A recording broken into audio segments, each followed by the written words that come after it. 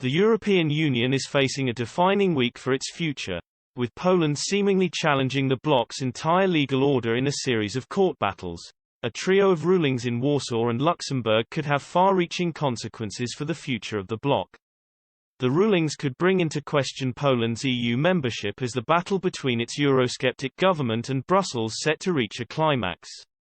Today, Poland's Constitutional Tribunal, its top court, will consider whether provisions in EU law are compatible with the country's constitution. Tomorrow the same court will consider a separate case on whether the European Court of Justice can force Warsaw to suspend its judicial reforms.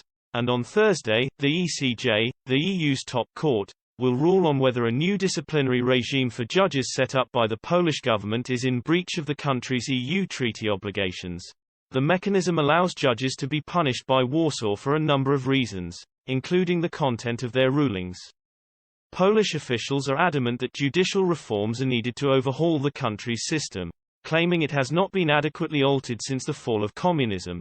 And they claim the cases being heard by the tribunal are vital because the EU has allegedly grown its powers without sufficiently changing its operating treaties.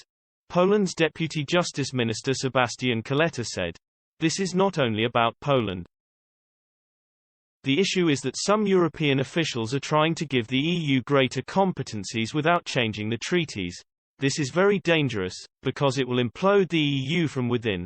But in Brussels, Eurocrats regard the Polish cases as an attempt by Warsaw to undermine the bloc's legal order.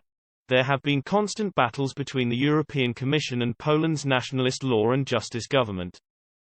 Last week EU Justice Commissioner Didier Reynders warned that challenges by member states posed a real threat to the very architecture of our union. He added, "If you don't stop that, you will have more and more possibilities for different member states to challenge the primacy of EU law and the competence of the ECJ. As a result, Brussels is expected to trigger infringement proceedings against Poland."